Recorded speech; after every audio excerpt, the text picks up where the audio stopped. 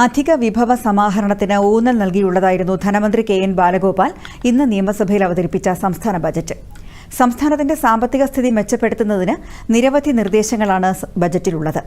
1,38,655 കോടി രൂപ വരവും 1,84,327 കോടി രൂപ ചെലവും പ്രതീക്ഷിക്കുന്ന ബജറ്റാണ് ധനമന്ത്രി അവതരിപ്പിച്ചത്. റവന്യൂ കമ്മി 27,846 കോടി രൂപയും ധനകമ്മി 44,529 കോടി രൂപയുമാണ്. നികുതി വരുമാനത്തിൽ 7,845 കോടി രൂപയുടെയും നികുതിയേതര വരുമാനത്തിൽ 1,503 കോടി രൂപയുടെയും വർധന ബജറ്റിൽ ലക്ഷ്യമിടുന്നു. സംസ്ഥാനത്തെ ഭൂമിയുടെ ഫെയർ വാല്യൂ കുറ്റമറ്റ രീതിയിൽ പരിഷ്കരിക്കും. ഫെയർ വാല്യൂ പരിഷ്കരണത്തിനൊപ്പം ഓരോ വസ്തുവിന്റെയും ഉപയോഗക്രമം അനുസരിച്ച് ഭൂനികുതി നിർണ്ണയിക്കുന്നതിന് നടപടികൾ സ്വീകരിക്കും. പാട്ടത്തിന് നൽകുന്ന ഭൂമിയുടെ ന്യായവിലയുടെ അടിസ്ഥാനത്തിൽ സ്റ്റാമ്പ് ഡ്യൂട്ടി നിശ്ചയിക്കാൻ കേരള മുദ്രപത്ര നിയമത്തിൽ ഭേദഗതി വരുത്തും.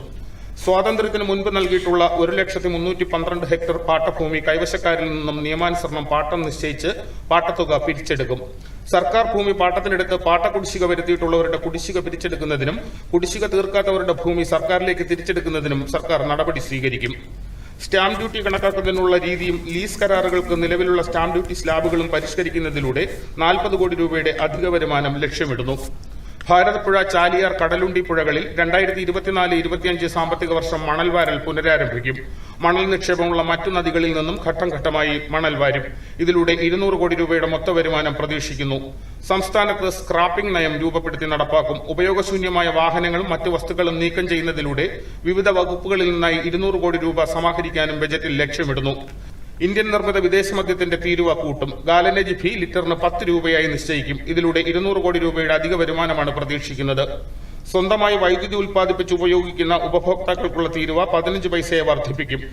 ഇതിലൂടെ 24 കോടി രൂപയും ലൈസൻസുകൾ വിൽക്കുന്ന ഓരോ യൂണിറ്റ് വൈദ്യുതിക്കുമുള്ള ഡ്യൂട്ടി നിരക്ക് 10 പൈസയായി വർദ്ധിപ്പിക്കുന്നതിലൂടെ 101.4 കോടി രൂപയുടെ അധിക വരുമാനവും ലക്ഷ്യമിടുന്നു.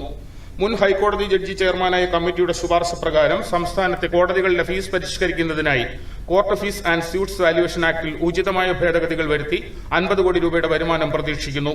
GST നിയമം വരുന്നതിന് മുൻപ് പഴയ നികുതി കുടിശ്ശികയായി സർക്കാരിന് ലഭിക്കാനുള്ള 14,000 കോടി രൂപ പിരിച്ചെടുക്കുന്നതിനായി ആംനസ്റ്റി 2024 നികുതി കുടിശ്ശിക തീർപ്പാക്കൽ പദ്ധതി ബജറ്റിൽ പ്രഖ്യാപിച്ചിട്ടുണ്ട്.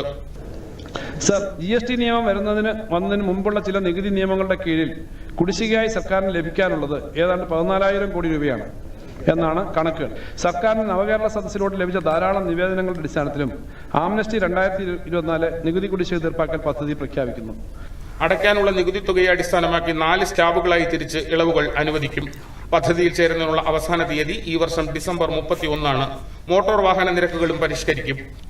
ഓൾ ഇന്ത്യ ടൂറിസ്റ്റ് ബസ്സുകൾ സംസ്ഥാനത്ത് രജിസ്റ്റർ ചെയ്യുന്നത് പ്രോത്സാഹിപ്പിക്കുന്നതിനും നികുതി കുറവായ മറ്റു സംസ്ഥാനങ്ങളിൽ രജിസ്റ്റർ ചെയ്യുന്നതിലൂടെയുള്ള registration fees, fitness test fees, നികുതി എന്നിവയിലുള്ള നഷ്ടം ഒഴിവാക്കുന്നതിനുമായി ടൂറിസ്റ്റ് ബസ്സുകളുടെ നികുതി നിരക്കുകൾ കുറയ്ക്കും. ത്രൈമാസ നിരക്കുകളിൽ 1000 രൂപയുടെ കുറവുണ്ടാകും. മോട്ടോർ വാഹന വകുപ്പിൽ നികുതി കുടിശ്ശിക പിരിച്ചെടുക്കുന്നതിനായി ഈ വർഷവും ഒറ്റത്തവണ തീർപ്പാക്കൽ പദ്ധതി തുടരും. ഇതിലൂടെ 200 കോടി രൂപ സമാഹരിക്കും. സഹകരണ ബാങ്കുകൾ ഒഴികെയുള്ള ധനകാര്യ സ്ഥാപനങ്ങളിൽ നിന്നുള്ള വായ്പാ കരാറുകൾ ഓൺലൈനായി സബ് രജിസ്ട്രാർ ഓഫീസുകളിൽ ഫയൽ ചെയ്യുന്നതിനുള്ള ഉത്തരവ് പുറപ്പെടുവിക്കും. ഇതിലൂടെ ധനകാര്യ സ്ഥാപനങ്ങളിൽ നിന്നും ഫയലിംഗ് ഫീസ് ഇനത്തിൽ പ്രതിവർഷം 50 കോടി രൂപയുടെ വരുമാനം ലക്ഷ്യമിടുന്നു. കെട്ടിടങ്ങളുടെ കൈമാറ്റവുമായി ബന്ധപ്പെട്ട രജിസ്ട്രേഷൻ നടപടികൾ പരിഷ്കരിക്കുന്നതിലൂടെ 100 കോടിയുടെ അധിക വരുമാനം സമാഹരിക്കും. കെട്ടിടങ്ങളുടെ കൈമാറ്റവുമായി ബന്ധപ്പെട്ട രജിസ്ട്രേഷൻ നടപടികൾ പരിഷ്കരിക്കുന്നതിലൂടെ 100 കോടിയുടെ അധിക വരുമാനം സമാഹരിക്കും. ബാങ്കുകൾ ഭൂമി പണയപ്പെടുത്തി നൽകുന്ന വായ്പകൾ സംബന്ധിച്ച വിവരങ്ങൾ റവന്യൂ രേഖകളിൽ ഓൺലൈനായി രേഖപ്പെടുത്തുന്നതിന് 1000 രൂപയും രേഖപ്പെടുത്തൽ ഒഴിവാക്കുന്നതിന് 300 രൂപയും ഫീസായി ബാങ്കുകളിൽ നിന്ന് ഈടാക്കും. ഇതിലൂടെ 200 കോടി രൂപയുടെ അധിക വരുമാനം പ്രതീക്ഷിക്കുന്നു. News desk, Doordarshan.